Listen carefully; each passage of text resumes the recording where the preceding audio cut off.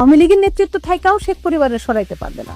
এর প্রমাণ তারা ইতিমধ্যে পাইছে, ভবিষ্যতেও পাবে।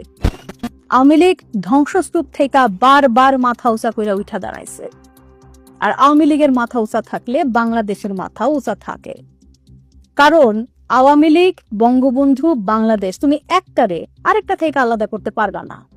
তাহলে জিজ্ঞাসা করতে পারো, আওয়ামী লীগ আর বঙ্গবন্ধুরে বাংলাদেশ থেকে আলাদা করা যাবে না, যায় না, কেন তারা থামতেছে না? কেন তারা এই অসম্ভবের পিছু ছাড়তেছে না?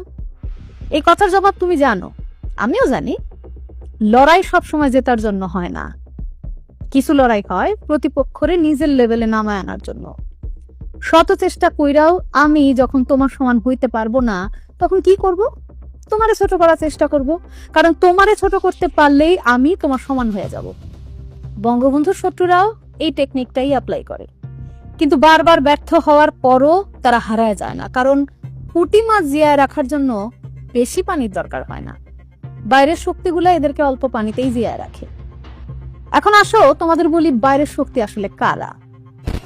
এই শক্তি হইল আমেরিকা ও তার বন্ধুরা।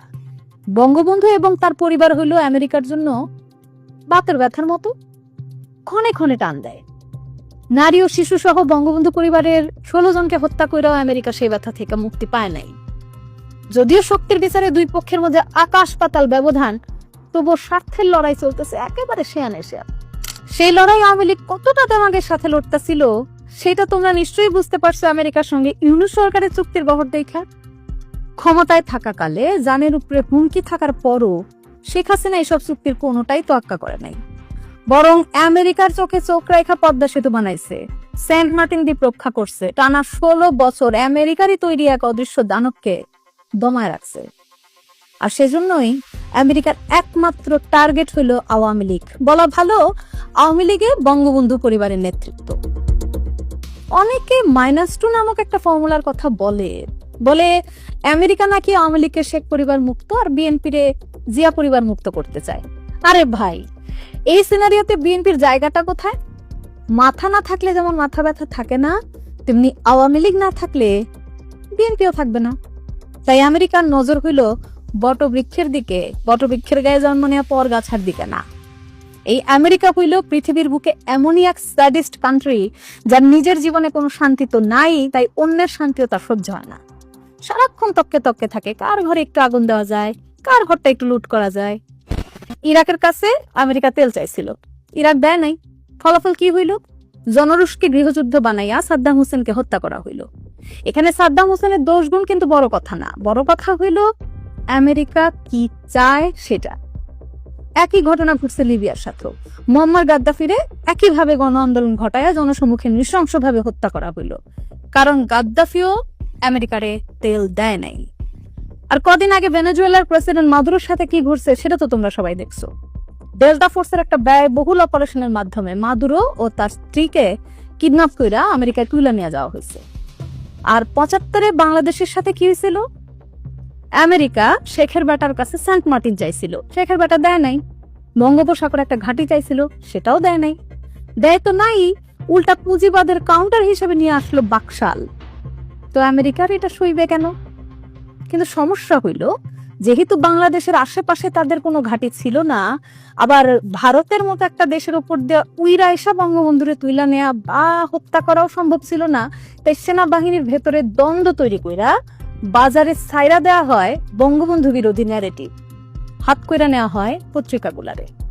তারপর তথাকথিত বিপথগামী মেজরদের দিয়া বঙ্গবন্ধুরে তার নিজ বাড়িতে সপরিবারে হত্যা করা হয়। কিন্তু বাইচা যায় বঙ্গবন্ধুর 2 কন্যা। বাইচা গেলেই কি, বাইচা থাকা হয়? 2004 সালের 21 আগস্ট শেখ হাসিনারও গ্রেনেড মাইরা উড়ায় দেওয়ার চেষ্টা করা হয়। তারপর 24শে জুলাইয়ে বিপ্লবের নামে যা হইল, সামান্য কোটা সংস্কার থেকে সরকার পতন হয়ে গেল। ওদের পরিকল্পনা ছিল শেখ হাসিনারেও হত্যা কইরা জনসম্মুখে ঝুলায় রাখা, আর সে কারণেই তার গায়ে ফ্যাসিস্ট ট্যাগ জুড়া দেওয়া হইল, যেন মুসলিনের মতো তারেও মাইরা ঝুলায় দেওয়া যায়। ঝুলা দেওয়ার কিছু নমুনা ঢাকার ওভারব্রিজে তোমরা দেখছো। যাই হোক, আমাদের মুক্তিযুদ্ধের পরম মিত্র ভারত 75-এ 15 আগস্ট বঙ্গবন্ধুরে বাঁচাইতে না পারলেও এই যাত্রায় শেখ হাসিনারে ঠিকই বাঁচায় নিল। রূপকথার আবাবিল পাখির মতো প্লেন পাঠাইয়া শেখ হাসিনারে নিয়ে যাওয়া হইল প্রবল নিরাপত্তায়।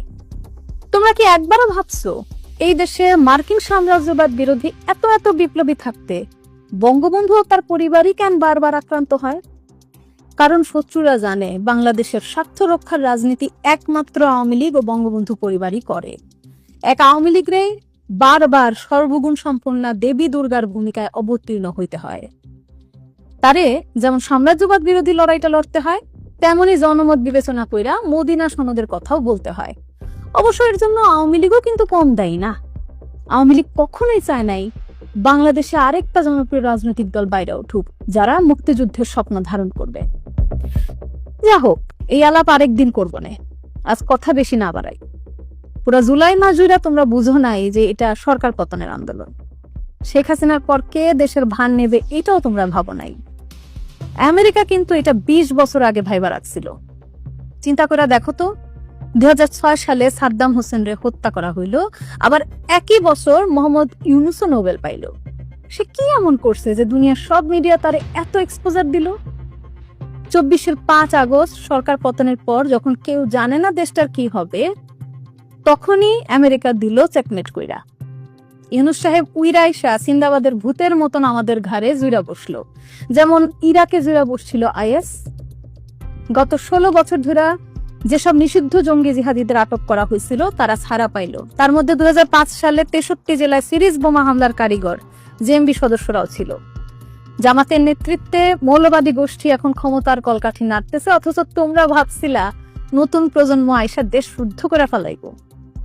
তোমরা রাজাকার আর রাজাকারের বাচ্চারা আলাদা ভাবছিলা, অথচ এনসিপি আর জামাত কিন্তু শুরু থেকে এক। তোমরা সরল মানুষ, বুঝতে পারো নাই।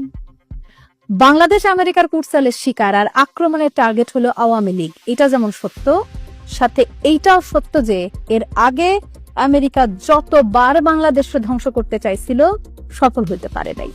71-এও পাকিস্তানের পক্ষে তারা 7ম নৌবহর পাঠাইছিল আমাদের সাগরে। তারপর আমরা পাকিস্তানরে হারাইয়া কানে ধরাইয়া মুসলেকা নিয়া ছাইরা দিছি। 75-এ বঙ্গবন্ধু পরিবারে হত্যা কইরাও বাংলাদেশে পকেটে পড়া যায় নাই। এর মাত্র 6 বছর পরেই বঙ্গবন্ধু কন্যা সব ছাইরা ছুইরা একজন সাধারণ নারী থেকে আমাদের অভিভাবক হয়ে ফিরে আসলেন। বরাবরের মতো এইখানেও ভারতের ভূমিকা ছিল পরীক্ষিত বন্ধুর মতোই। 24-এর এই সংকটও আমরা কাটায় উঠব। তোমাদের আত্মবিশ্বাস নাই? তোমরা পারবা না? আমি জানি সবাই একসাথে থাকলে এর চেয়ে বড় কিছুও তোমরা পারবা। তোমরা বর্গি তাড়াইছো, ব্রিটিশ তাড়াইছো, পাকিস্তানিদের তাড়াইছো, আর সামান্য ডাকাত তাড়াইতে পারবা না? পারবা, প্রত্যেকবার পারছো, এইবারও পারবা। জয় বাংলা।